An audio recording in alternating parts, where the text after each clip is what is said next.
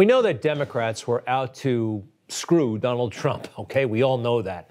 But a surprising number of Republicans were out to do the same thing to our former president. Yep. Good news is, I think Donald Trump is fully aware of that now. He wasn't always. I would like to show you a statement. This came out last week, and it's important. He says, I fully support the Republican Party and important GOP communities, but I do not support rhinos and fools, and it is not their right to use my likeness or image to raise funds. So much money is being raised and completely wasted by people that do not have the GOP's best interest in mind. A lot of Republicans were out to sabotage this president, and it's a shame. My next two guests, though, true blue believers and loyalists. We have David Bossie, who is the president of the Citizens United, and he's also a former advisor to Donald Trump, Trump 2020. We have a picture of those two together, very close. And Andrew Giuliani, former special assistant to President Trump, happens to be the son of, yes, that Giuliani. And here he is with Donald Trump on the golf course. Not only did he work with him, it looks like he played with them, too. Welcome, gentlemen.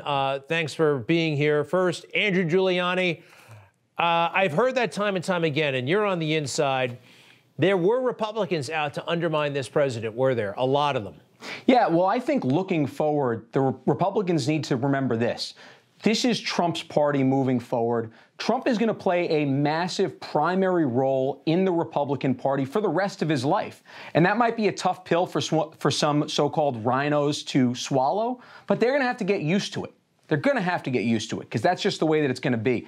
I know Dave has a real good look in the inside of this, but he is going to play a massive role. It's pivotal for us and for the country that he does play this role going forward, as he highlighted during his CPAC speech a couple of weeks ago. And, you know, David, again, for me, though, that he's recognizing more than ever before, apparently, maybe a little bit too late, that there were a lot of Republicans out to undermine him every step of the way. Yeah, exactly right, Greg. So can you blame him? Can you blame him for wanting to win back the House and Senate, which is what his mission is right now, is to win back the House and Senate?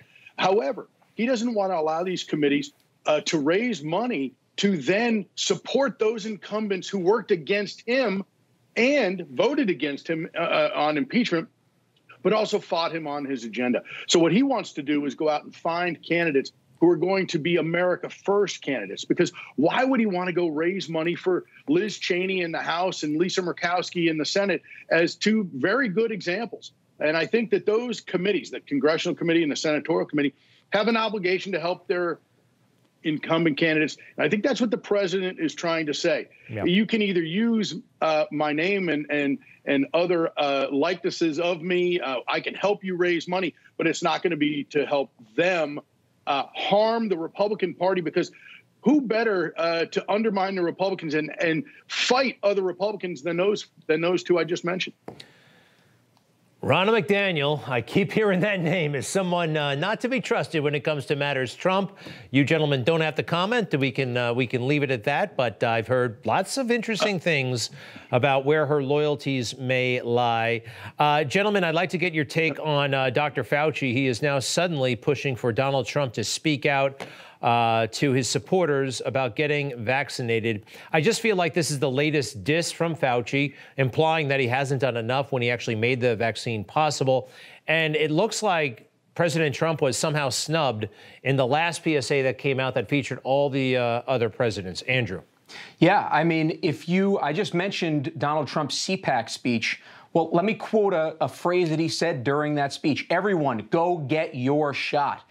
Anthony Fauci obviously was not watching that speech. Maybe he was preparing for his 275th media interview in the last year. But the president was unequivocal about this in the best way that he can now that he's been deplatformed by Twitter, by Facebook, and by all of big tech. So I don't know how much clearer the president needed to be on this. The last time that he had a massive stage, which was CPAC, he said it, and he said it unequivocally clear. But this is a doctor who said not to wear a mask, and then to wear a mask, and then to wear two masks, and back to one mask. This is a doctor that on March 9th ended up saying it's okay to end up going on cruises, March 9th, 2020, 2 days before we declared a pandemic. So I'm not surprised that Anthony Fauci has gotten another one wrong. Yeah, he is a piece of work. He really is. David Bossie, final thoughts. Yeah, I just want to say the American people know the president's PSA lives with giving every American the vaccine and making it available with Operation Warp Speed. Yeah. And so I don't need to see him in a commercial with other presidents to make me understand that what President Trump did was save American lives by creating this virus in under a year, when we would still be waiting for it if it was anyone else. Yes, those PSAs, by the way, are overrated. I only hear about them when they're released, and then nobody sees them again. David Bossie, thank you. And Andrew Giuliani, Newsmax contributor, to be continued.